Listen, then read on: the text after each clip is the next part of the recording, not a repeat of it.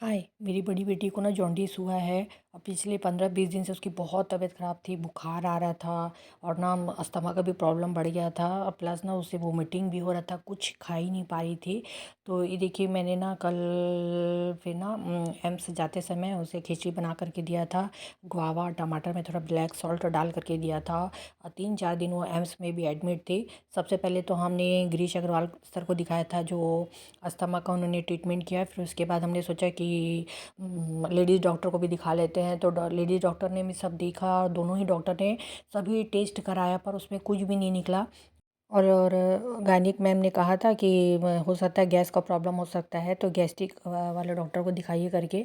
तो हमने gastric doctor को भी दिखाया तो उन्होंने भी मेडिसिन लिख दिया। मेरी बेटी ने उस दिन भी कहा था गैस्ट्रिक वाले डॉक्टर को, मैं देखिए मेरा ना ये आँख येलो येलो दिख रहा है, तो उन्होंने उतना ध्यान नहीं दिया।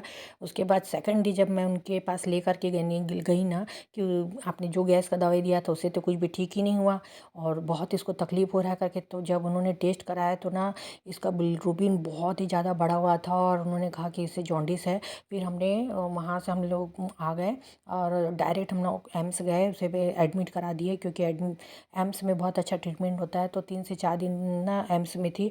वहाँ से डॉक्टरों ने उसे ड्रिप चढ़ा और इसी बेसिस पर छोड़ा कि रोज़ 3 से 4 लीटर पानी पीना है। अब घर में मैं उसका ना देख रेख करी हूँ और ना जॉन्डिस में उबला हुआ खाना खाना है, सूप पीना है और ना मैंने उसे जो माला पहनाया ना उसमें किसी भी प्रकार का मसाला, तेल, तड़का, हल्दी वल्दी ये सब कुछ भी नहीं खाना है।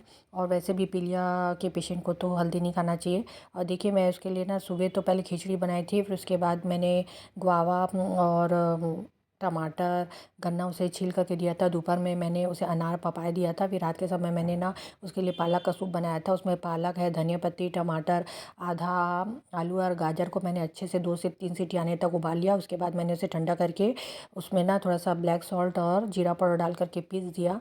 अब उसे मैं दे रही हूँ सूप बना करके, क्योंकि बोल रही थी मम्मी मुझे कुछ चटपटा खाना है करके।